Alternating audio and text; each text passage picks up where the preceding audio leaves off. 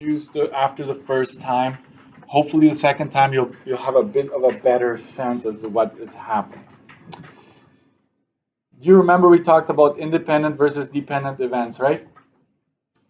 Independent events is we call two events independent when the first doesn't affect the second. Like the outcome of the first event will not affect the second. And I use coins, right? I use coins. So flipping the first one will not affect, unless you're superstitious, right? They put all of that away. All of that has to be put aside. But the first, in theory, the first outcome does not affect the second one. Even if I flip this and I did it the other way, it wouldn't affect, right? So coins are very much independent. Dice are very much independent. Yeah. Now you're making it too complicated. All right. Don't go there. It's a good question, but that's for a different course, I think. Yeah. So that obviously that would make it dependent, right? Like now you're adding something to the mix. Multiple choice question. Does it matter if you get the second one right? Like if you answer the second one, does it affect the outcome of that next question that you're about to answer? In theory, no, right? In theory, no. If I were to say, okay, answer this question, you answer it, you got it right. You're gonna feel a little better about yourself, and so chances are you're gonna do better down the road. But if you're just answering multiple choice questions, if you're doing Mr. Carrington's test, right? You're like, I don't know about this one, right? Really, it doesn't matter, right? Answering one, even if you said, hey, I'm going to answer four, then three, in theory, it doesn't matter. If you then add stuff like, what if the one question has something about the previous question? Now you're making it dependent, right? Now you're putting stuff into it that we're assuming is not the case, right? But if you just look at the questions and you're answering that, so dice, coin, multiple choice questions, stuff like that are independent, okay? What is, then we talked about dependent situations, right? So I don't have a deck of cards with me.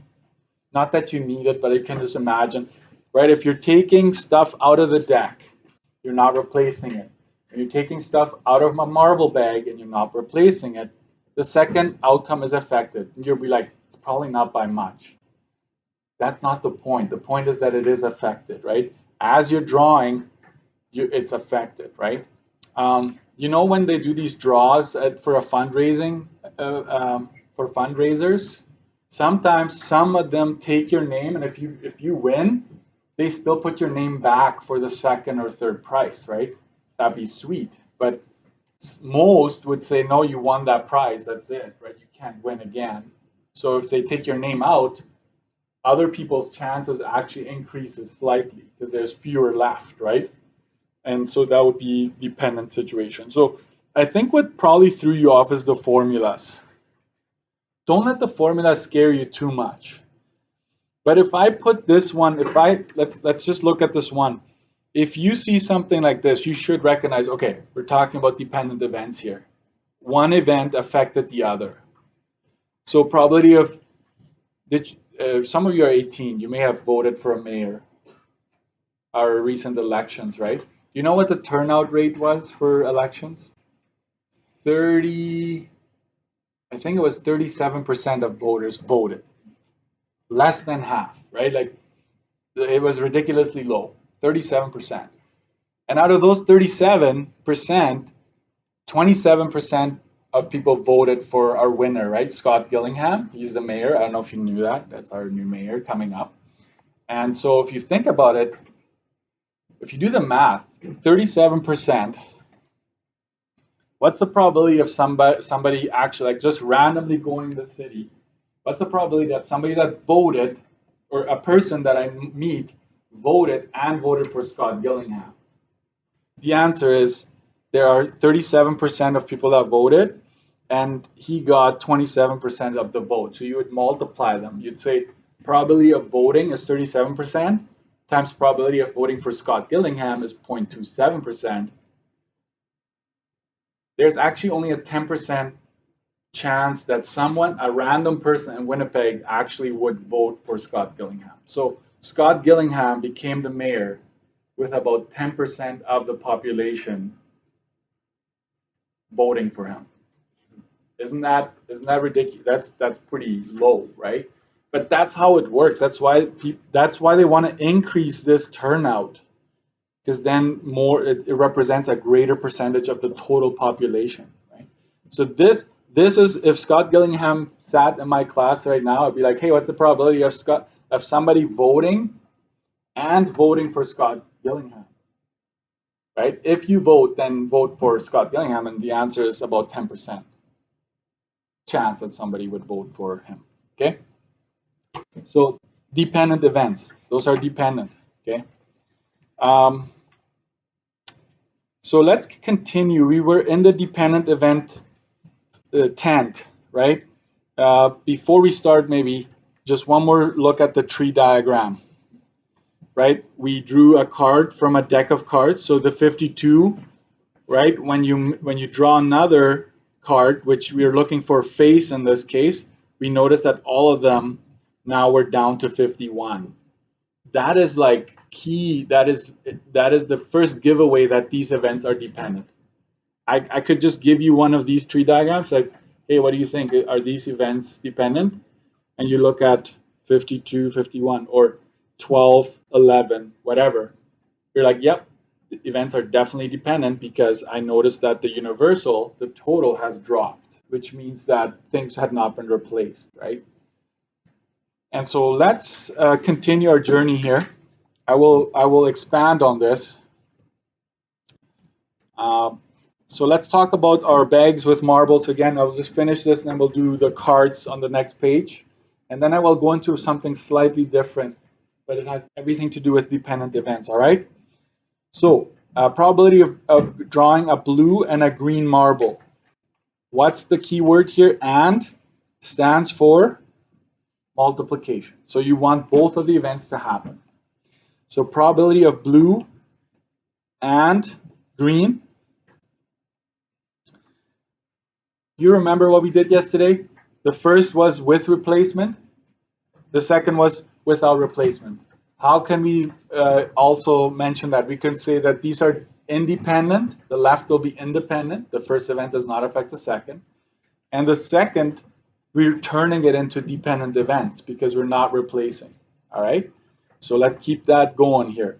Blue and green. So how many blues? You got to help me out here. 4 out of 9, right? You put it back, so we still have 9 left for that second draw. And this time we want green, so we have 3 greens, okay? So that's 4 times 3 is 12, 9 times 9 is 81. I'll just leave it like that. Right beside it, probability of blue and green. Hey, let's use the formula. What would the formula be? Probability of blue times probability of green. Right now it's still independent. What do we need to add? Given that the blue one has been drawn, right? We need to look at it that way because this has not been returned. So probability of blue is still 4 out of 9 because that's the first one we draw. But the probability of this is now different. We have 8 remaining. Oh, you can't. There we go. Sorry. You have 8 remaining. And since the first one were blues, the amount of greens, which is 3, has not been affected. So that's 12 over 72. Okay. It's going to get a little trickier. 2 green marbles. So probability of green and green. And I'm going to do the same thing here. Probability of green and green without replacement and with replacement. How about, so the first one and the second one, right? We have our 2 events here. We have 9 to start. We will have 9 again for both events. At first we have 3 green, then we have another 3 green. So that is 3 times 3 is 9 over 81. Done. Okay. Over here, we have 9 to start, and because things are not being replaced, we'll be down to 8. We grab a green, we have 3 green. And then because the second event asks for another green, the 3 turns into a 2. See that? Both of them have been affected in this case. And so that is 6 over 72.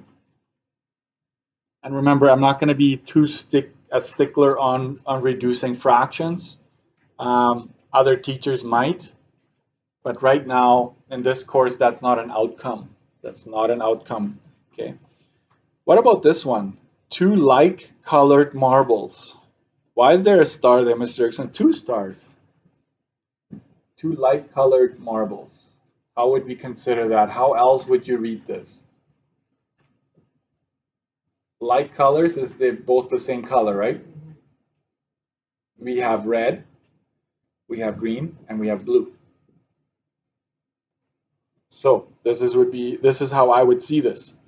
Probability of green and green, or probability of blue and blue, right? That's what the question is really saying.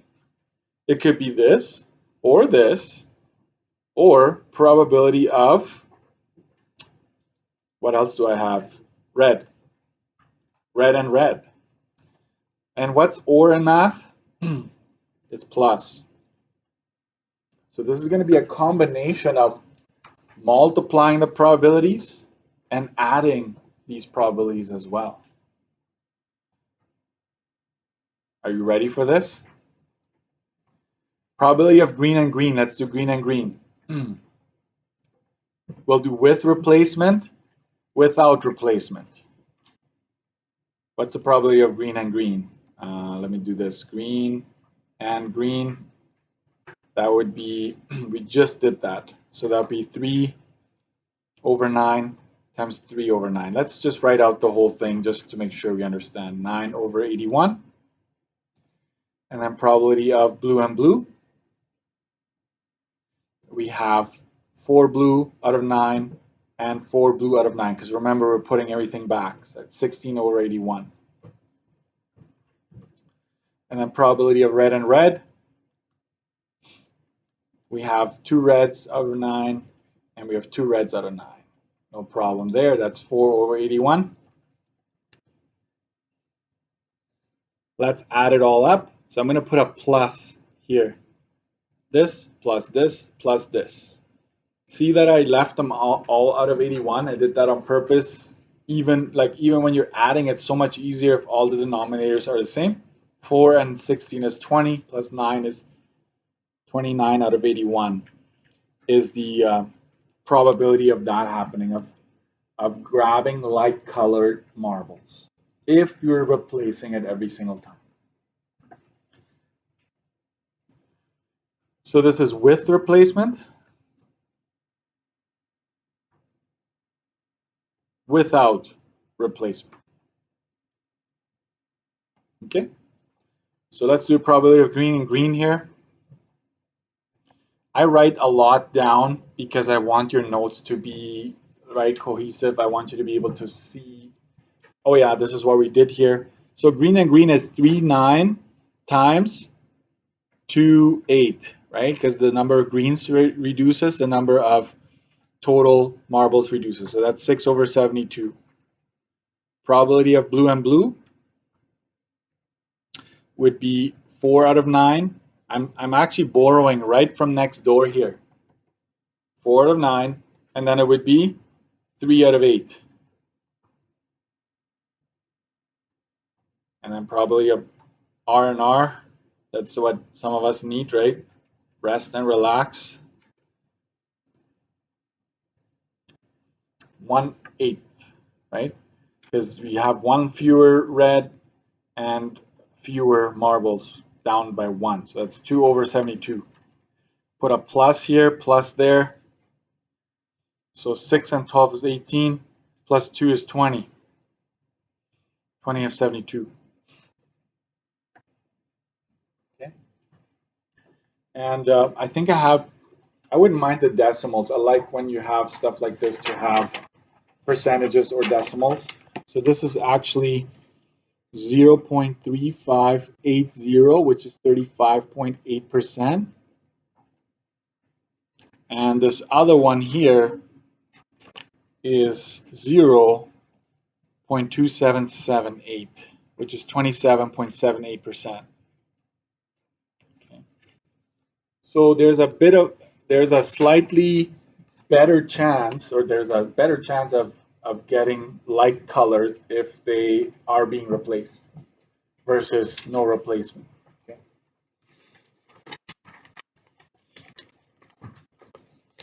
okay, backside. I want you to try this with cards. 3 cards. So we're drawing 3 cards in a row. Okay? Don't be shy. This is instead of your AC, right? This one here. So turn to 34. I just need to make a change. I think it'll make it a little better. The question will be better. If you go to C here, I want you to scratch. I want to switch the blackjack and the face card, okay? So we're gonna draw a blackjack,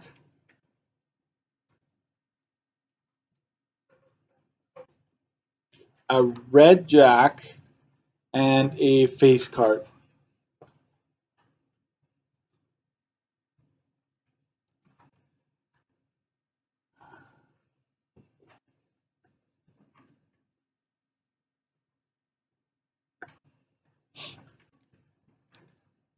Got it? C is changed, right? Changed it? Now I want you to, you can do this. I know you can. You're very smart. Okay. 3 cards are being drawn, one after the other. Oh, without replacement, very important. Meaning these are dependent events. Do I need to use a formula, Mr. Dirksen? Not really. You don't need to use the formula. The formula is just there to show you what's happening, right?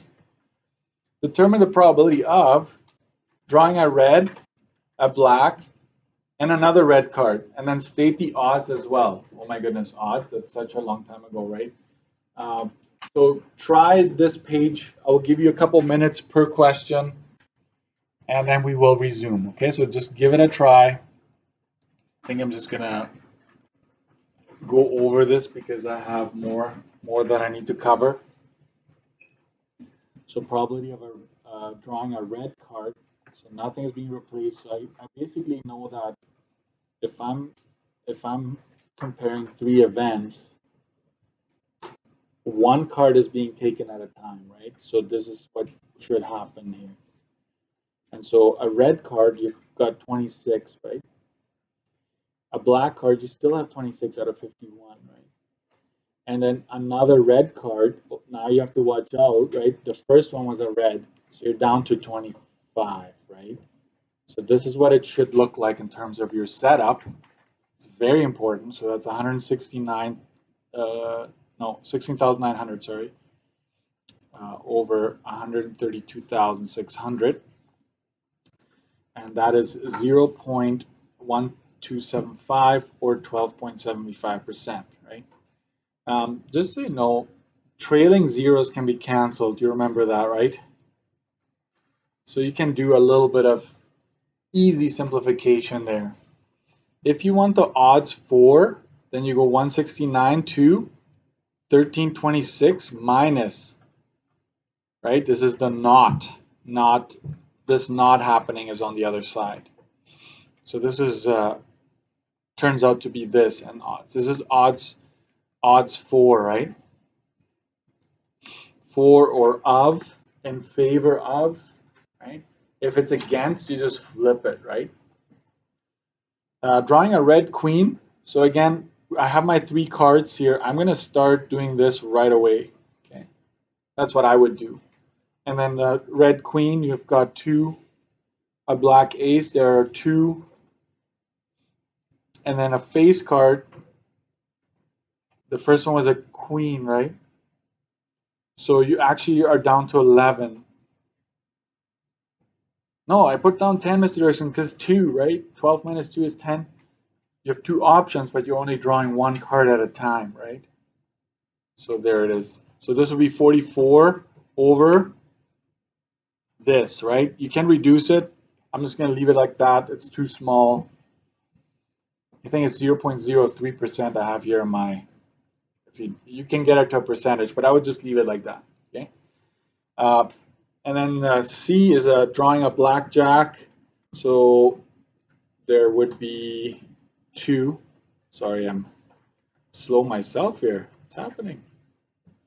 Right? Two black jacks, or two red jacks, face card. Right? So one card has been removed, another card has been removed, right? And the jacks are both, these are both face cards, right? So I'm down to 10. So that'll be 40 over 132, 600. Oh, I forgot the odds up here, right? Odds would be 44 to 132, 600 minus 44.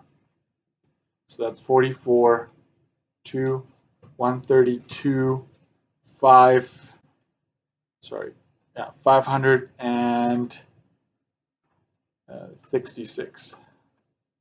No, 56. 56. Thank you. These would be the odds, obviously not reduced, right? And then this one here, you can cancel the trailing zeros, right? So that's 4 to 132.60. And so the odds would be 4 to 132.56. I'm not showing you the -4 because I think that's pretty obvious there. Drawing an ace of spades. Ace of spades, there's only one, right? Ace of hearts, there's only one of them. Oops, 51, right? And the last card is a red card, right? And then I look and I'm like, oh, hearts is also red, right? So you only have 25 red cards left. So that's 25 over 132,600, which ends up being 25 to 132,600 minus 25. So that's 25 to 132,575. You can tell that the 5 goes into both of them, right? You could reduce that, but for another day.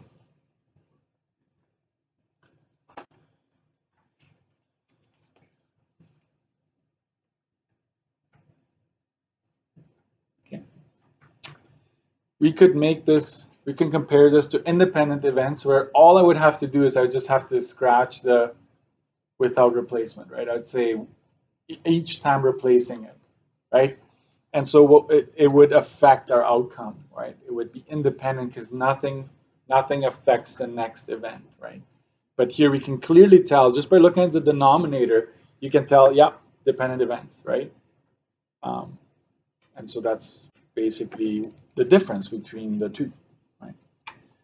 All right, let's go next page here, 35. This is where I gave you a variation of the variation. This is really the one I gave you at first. Is PA times PA PB slash A, right? So this is a variation of that. And why would I give you that variation? Because sometimes it's handy to use this one. And how do you know when to use this one? Read the question. Read the question. So let's do the first example. I'm not going to do all of them. A jar contains black and white marbles.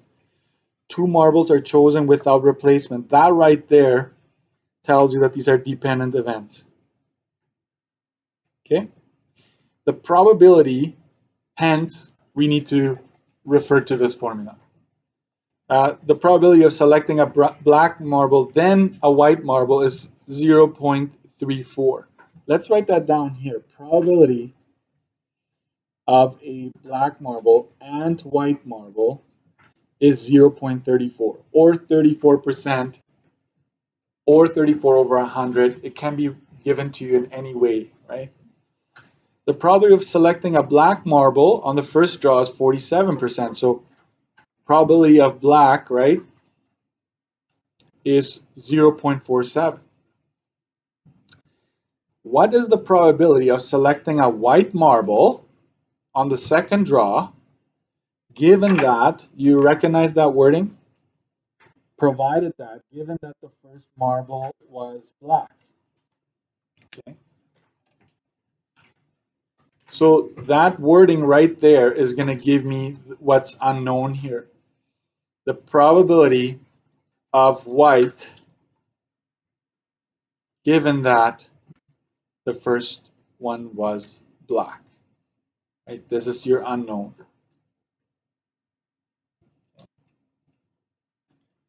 So this came from the text, this came from the text, and this, the fact that you are looking at this formula is given by this one right here.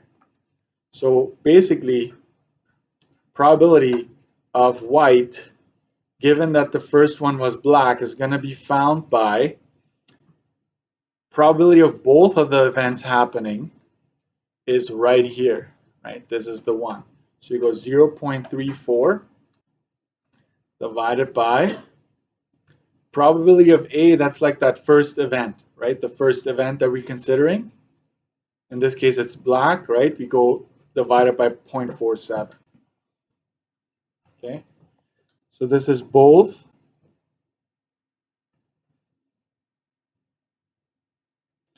This is the first event.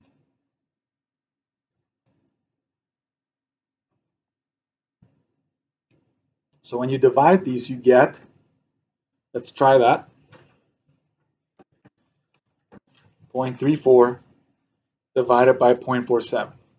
And if you're given fractions, guys, turn that into a decimal. It's probably easier to work with. So this is 0.7234, right, which is 72.34%.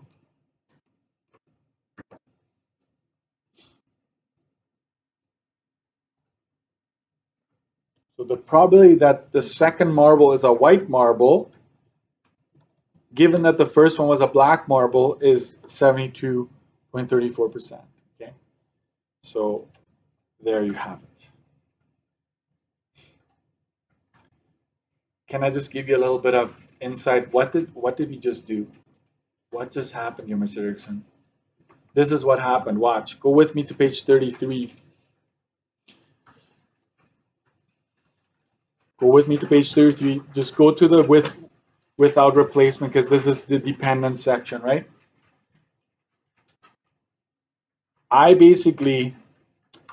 The question basically is giving you this, the and, right? Both of them together. And it's giving you the probability of the first event happening. You're figuring out what the probability is of that second event happening, given that the first one already happened. So you're basically taking this and dividing it by that, right? Obviously, you can turn this into a decimal, can turn that into a decimal, right? So we're figuring out this part right here, the second event, right? Which depended on the first outcome.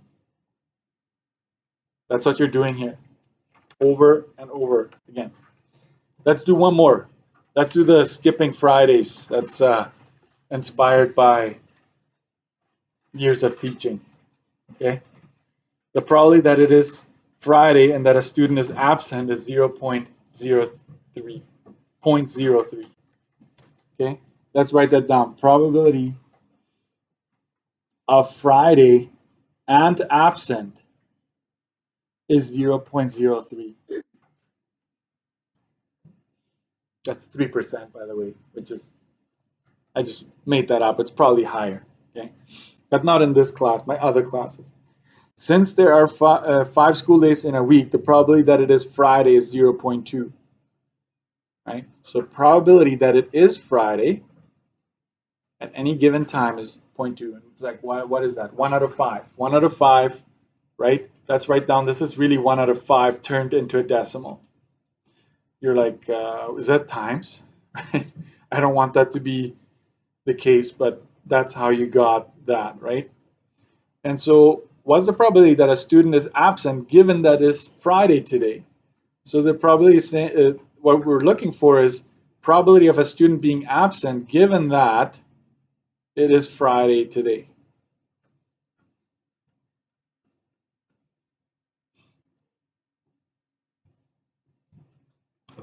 So probability of absent given Friday is simply probability of F and A, right, divided by probability of F.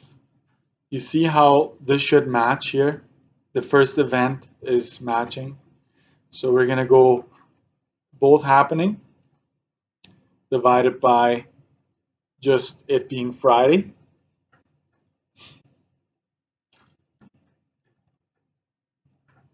That's 0.15 or 15%.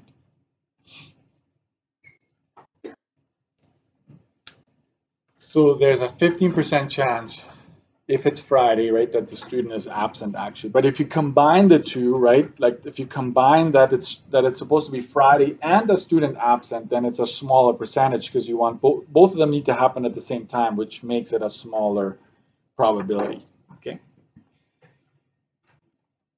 I'm going to skip the rest there to take you to the grand finale for today.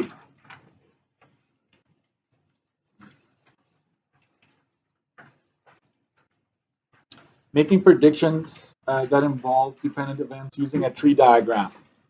This is going to be, what does the province call this? A visual aid or something like that? Tree diagrams, okay? And you're going to recognize this type of question, okay? When you read it, you'll be like, okay, I think I know what needs to be done here. So a janitor at a high school believes that if he forgets to place a slippery sign in the morning after mopping the floors, there's a 60% chance of someone falling.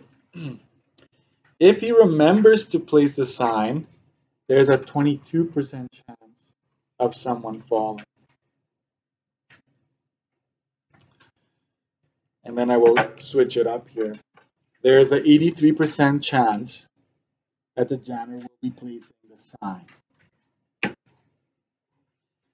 Draw a tree diagram showing all the scenarios, okay?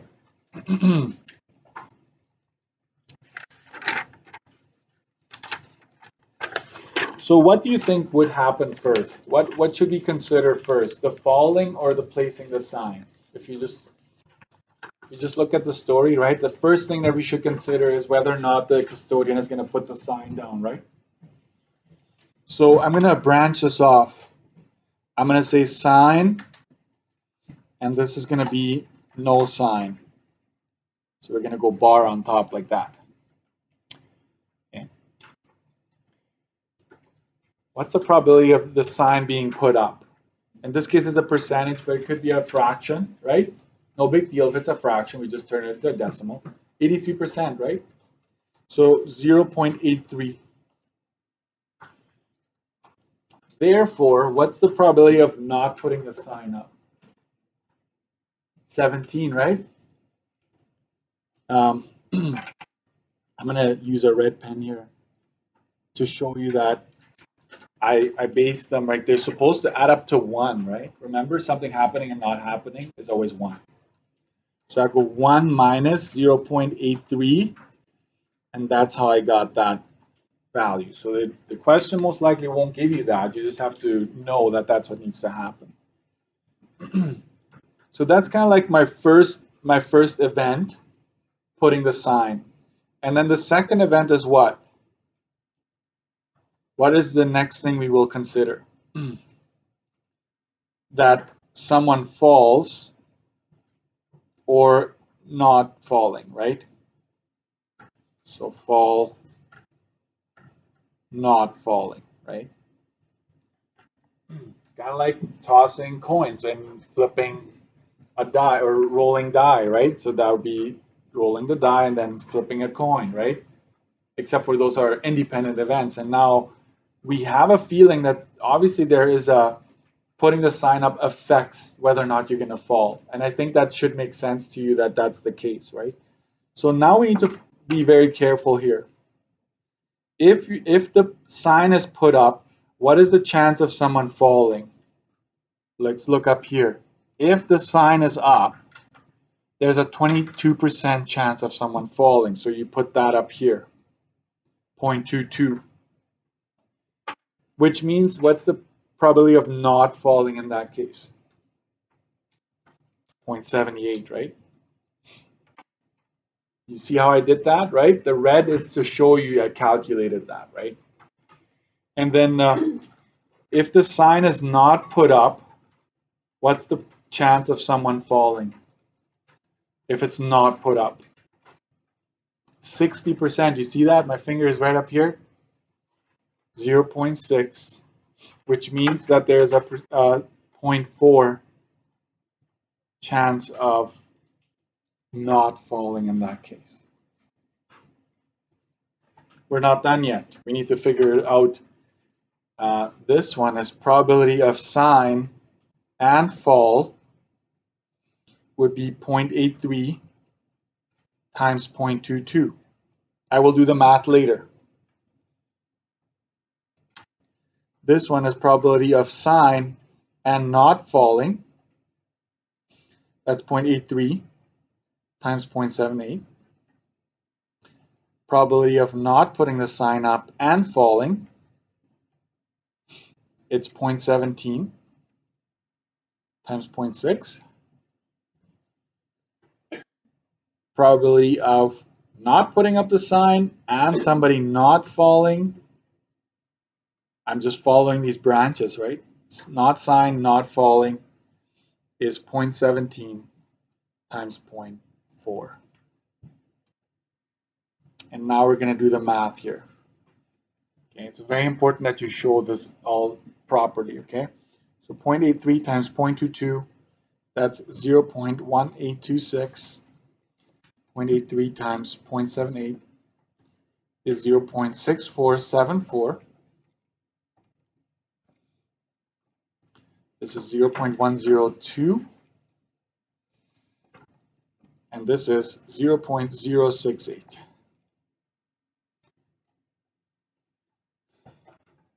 As you're copying this, I'm just going to do a check, which I would like you to do. If you add up all of those values, if you go that plus that plus that plus that, what should you be getting? If you add up all the probabilities here, uno, right? 1. And it does add up to 1. Okay, that's what you want to check for. If it doesn't, you made a mistake. Okay, somewhere in your tree, you didn't put the right numbers down.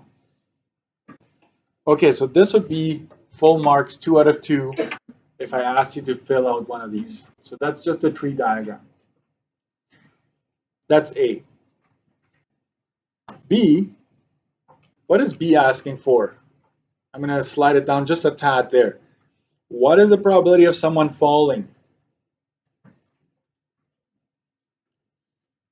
Probability of falling, that someone is going to fall, what would we consider? Where do we have a fall? I'm going to go pink.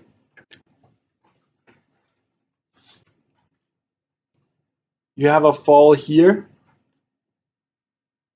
Where else do you have a fall? First one. So what would we have to do with these numbers?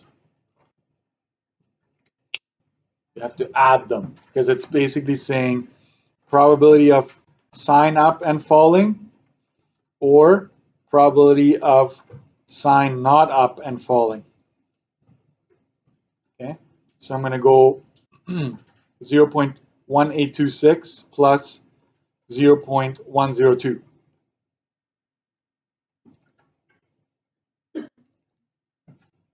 So that's 0.2846, which is 28.46% chance of that happening.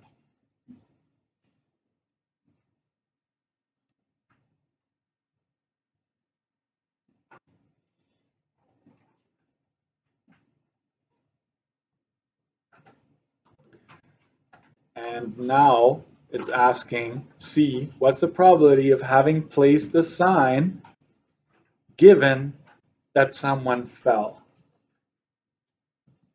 Okay. It's a probability here. What's the probability of having placed the sign? They're asking for what's the probability of having placed the sign, I'm just going to go down a little bit here, probably of given the sign given that someone fell. Okay, that's the question mark there.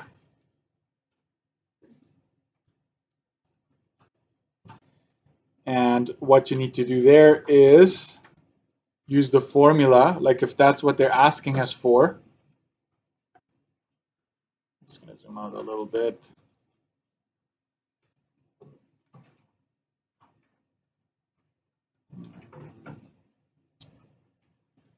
Just going to make sure I got this right. Probably haven't placed the sign given someone fell. So what you need to do here is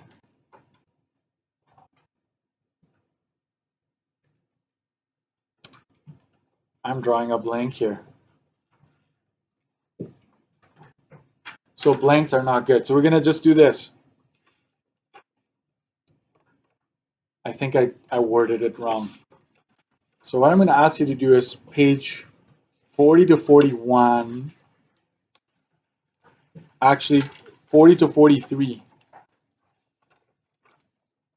Homework, page 40 to 43 in this book, right? And I will post the key to that. And one more thing.